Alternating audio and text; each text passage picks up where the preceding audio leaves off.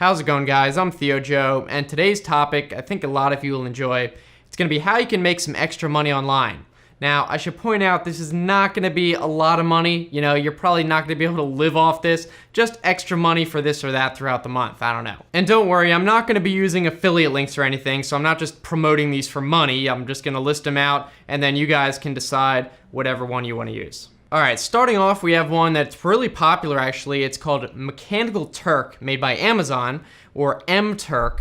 And it's basically a way where you sign up through your Amazon account, and then you can do little repetitive tasks. So you'll get paid not a lot, maybe a few cents per thing, but they're very simple. So one might be organizing and categorizing different items on a restaurant menu or something. They'll show you an image and then you just say, all right, this is, I don't know, fish and this is meat, something like that. Another one might be looking at a text document and just getting basic information out of it, or maybe even looking at an image and identifying what the picture is, stuff like that. The pay definitely isn't much. You might be able to make a few bucks an hour, and you will probably make more if you fill out your profile and you have like an education degree or something like that. So it will vary, and you might not qualify for the higher paying options. But depending on what you're actually doing this for, if you're just very bored, it might still be worth it to check out what they have on offer.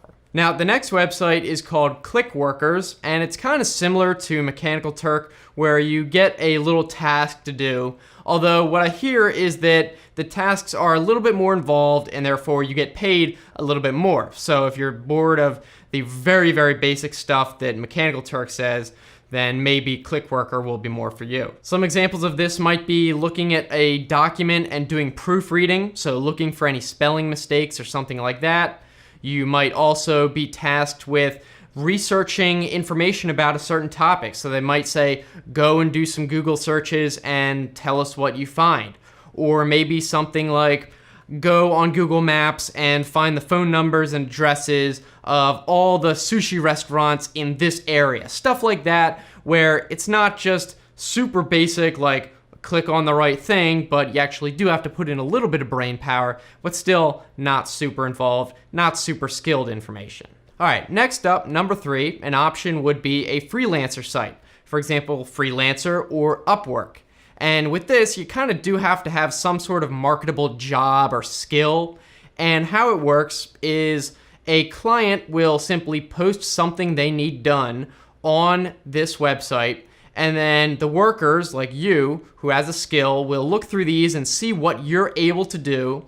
And the client will have a budget, and then if it's within your budget, then you'll post a bid, say what you're willing to do the job for, and then kind of do a little description of your experience and that sort of thing. And these typically do pay a lot more. These are more like real, commissions. So it might be something as simple as writing a song. They might want you to write a melody or something. So you would probably have to have a background in music. Or maybe even design a whole website. That would pay a lot of money, but also keep in mind there's going to be a lot of people going for the big bucks. Some other examples might be to translate an entire book. They might pay you, who knows, thousands of dollars depending on how long it is, or if it's like an ebook, maybe only a couple hundred, or maybe they'll hire you for a couple hundred to write an ebook, stuff like that. So there might be some jobs that are really big, several $1,000s, other ones that are not very expensive, maybe only less than $100. But you should keep in mind that there is going to be competition. There's no guarantee that you'll get any of these jobs, so you really want to do something that you're actually decent at or just very unique at, because otherwise the people who are actually good at the job will have higher ratings, they'll have better examples in their portfolio, and the clients will go with them every time, as opposed to you who just puts out junk. But it's still an option if you're good at something. Everyone's good at something. So maybe keep an eye out for jobs where someone is looking for something like that. And if you're willing to do it for a lot less than the other people, then they might go with you. All right, now the next website is kind of similar to what we just talked about. It's called Fiverr. And the idea is kind of like the reverse of Freelancer, where instead of people who are looking for workers posting a job, in this case, you would post what you're willing to do and kind of have a page, and then people would search for different things they want to do, find you, and then hire you from there. Some examples of jobs you might offer are recording a song. Like if you can play a musical instrument, you can sing happy birthday songs or something, custom videos.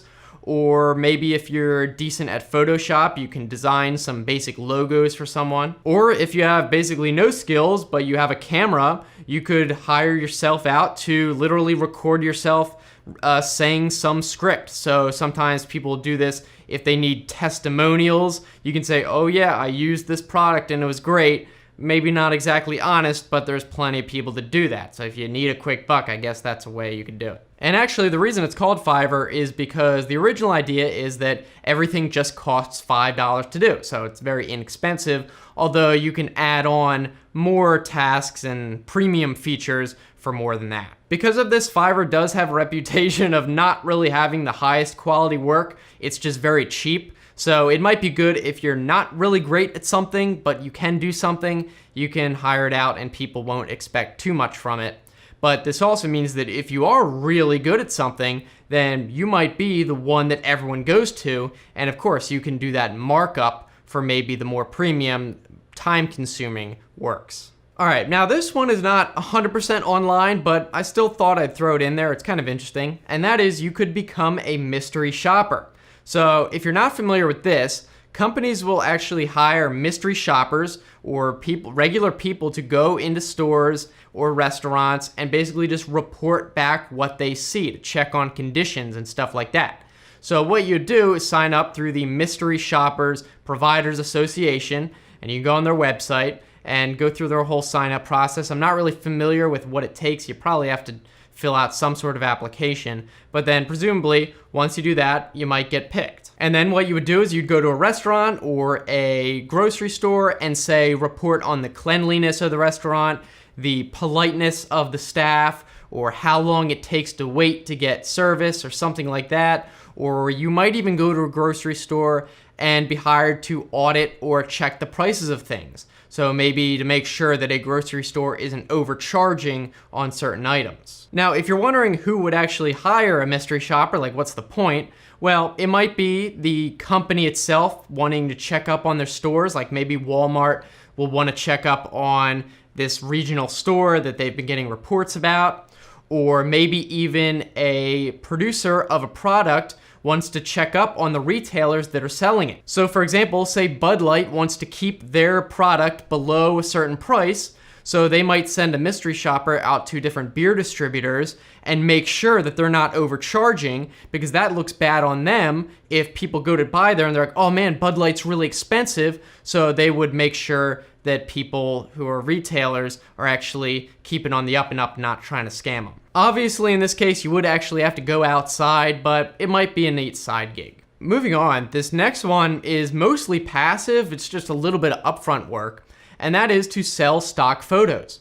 If you have any type of professional camera, like a DSLR or something like that, that takes high quality images, then you might potentially be able to take photos of stuff and then sell them on a stock photo website like Shutterstock or iStockPhoto. Though I should point out that you do need to take high quality photos. Otherwise, they won't let it onto the site. If it's like a dark image, or it's got lots of noise, or it's blurry, or out of focus, or something like that, they will reject it. It has to be really high quality. But the good thing is that once you do take the photo, then you just put it up there, and if people decide to buy it, well, it doesn't take any more work.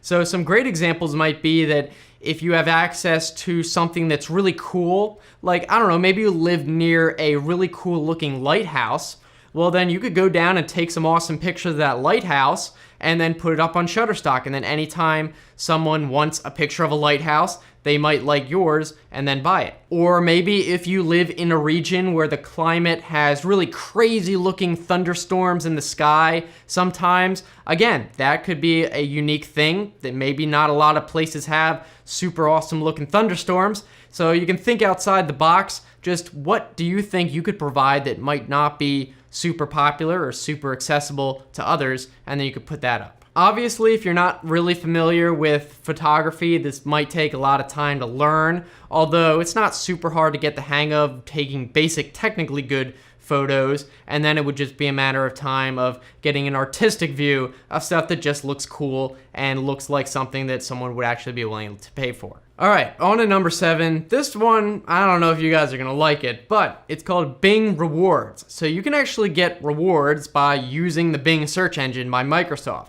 It's not much, but if you don't really care what search engine you're using or you're already using Bing, it might be a nice way to get a few bucks back. Basically, you use Bing and you earn credits, and 100 credits equals $1.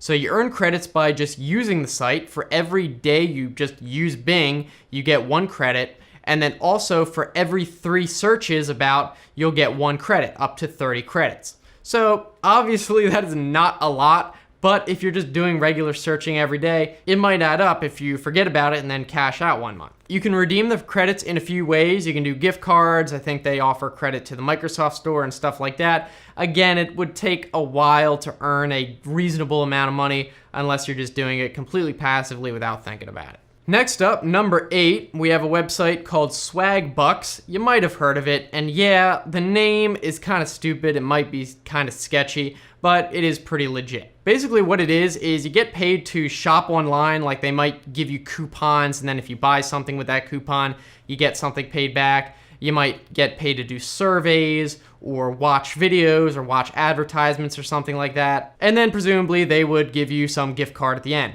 So basically, you're volunteering to be relentlessly advertised to and then get paid for it. On their website, they say you get free gift cards, but obviously it's not free. You're using a lot of your time to get it.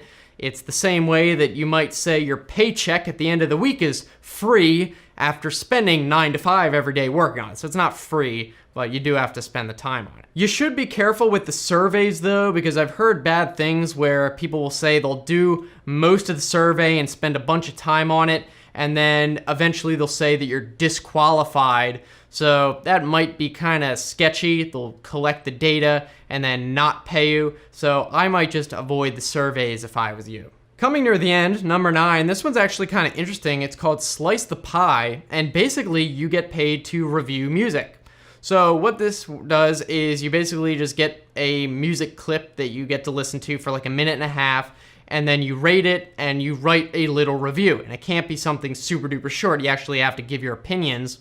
And they might pay you a few cents per song, although if they decide that you write really good reviews, they might increase the amount you get paid for each one. Presumably you would pick a genre that you like, and then you'd only be showed songs from those genres because you're best at knowing them, you like them the best. Although you should keep in mind, most of this is going to be like independent artists, people who just kind of record for no record label, so it might not be the best quality music, but still, you're just getting paid for it. Alright, now finally number 10. This one might be good for anyone who's artistically inclined in any way, kind of like the stock photos we talked about before, and that is to sell merchandise or merchandise designs. So there are websites such as Redbubble or Society6 where you upload a design that you made, and then it gets put on their marketplace and people can choose to buy products like shirts or paintings with canvas with your design on it. And then of course, if they do that, you get a cut of it. So if you think you're really good at designing funny t-shirts or just cool looking t-shirts, then it might be worth it to put it on something like Redbubble, and you might sell a lot, who knows? And the other one is Society6. They do a lot of paintings and stuff, canvas, so that could be an alternative to the stock photo thing, where if you take a picture, you could put it up on there. That would be another one where it's a lot of upfront work, but if you tend to do really well with it, it's mostly passive. So if you already have a lot of cool designs, it might not be any work at all. So that's pretty much it. Like I said, none of these are probably gonna make you a lot of money at all, just extra beer money or something like that. Although a couple of them, like the freelance websites or maybe even the merchandise, they could eventually make you a reasonable amount of money if you're really good at it. So you guys can let us know down in the comments what you think. And if you want to keep watching, I'll put some other videos right here. You can just click on those. And if you want to subscribe, I make new videos every Tuesday, Thursday, Saturday. Should be worth it. And also be sure to enable notifications by clicking that bell, or else YouTube literally might not even show you new videos even if you do subscribe. Keep that in mind. again, I'm looking forward to hearing from you guys. So thanks so much for watching. I'll see you next time. Have a good one.